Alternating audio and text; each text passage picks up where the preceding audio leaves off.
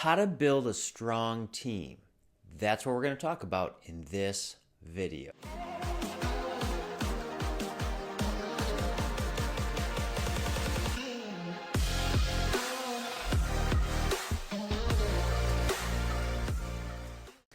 So I'm constantly asked whenever I'm doing trainings for leaders, how can I build the strongest team possible? Because in today's age, there are so many dynamics at play in business that leaders are struggling to have a strong team. There's been people that quit when the times get tough.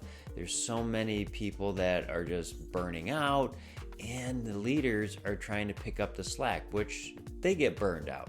So how can we build a team that is solid, has a great foundation, so we can excel all together? Well, the first thing we need to do is actually be a really good leader. We need to invest in ourselves, give ourselves the tools so we can succeed.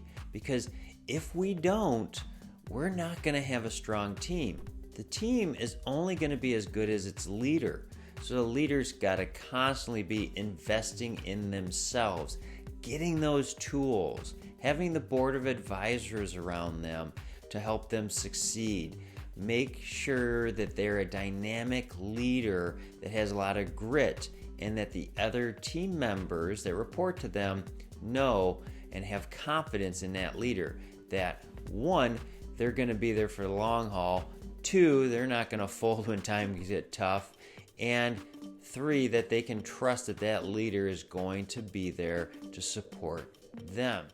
Another thing we need to do is have a great culture on our team. That's right, a great culture. Well, what does that look like, right?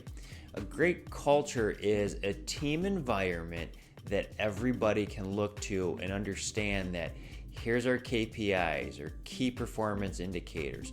Here's what we know is going to be a successful turnout. We know how to see a success and what is not a success. So that culture needs to revolve around understanding what it takes to be a solid team that's a success. And they have to have the good leadership like we've already talked about. But the team needs to understand their culture, that everybody is in it together and they support each other. No one person stands by themselves. The team will rally around, because here's the deal. Life happens and we'll have a sick family member. Maybe it's our wife or kids, and we need help from the other teams to pick up the slack while we're struggling. Without that team environment and that culture of everybody chipping in to support each other, it's not going to succeed. And culture beats strategy every day of the week. This one is a crucial piece to having a strong team. We need to make sure we have thoroughbreds. That's right, like the horse. We need to have those team members that are thoroughbreds, that are not just punching the clock and just cashing it in, that are there, they're high achievers, they want to succeed, and they want to support everybody. Like we talked in the culture, we need to have those thoroughbreds, because those thoroughbreds are tough, they're gritty, and they're going to run the race for the long haul. It's not a sprint, it's a marathon. So we need those thoroughbreds that are going to put in the work and support each other and be there to help the other person get up. Those thoroughbreds that I'm talking about, those are the people that succeed in just about everything they do, because they'll grind it out. And here's the other deal.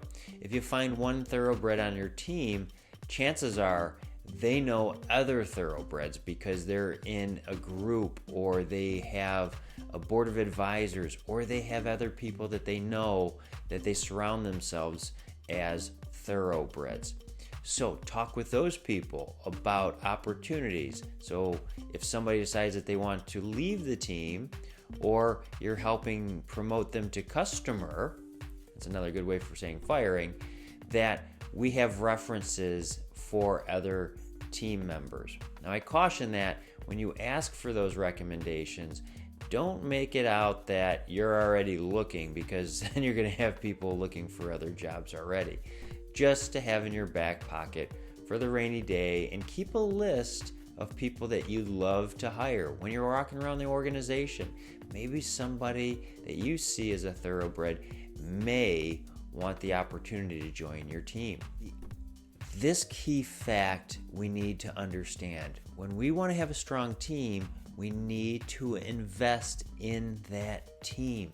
We got to constantly be finding tools to help our team members be successes. And we need to be investing in them with the trainings and those tools so they can be a success.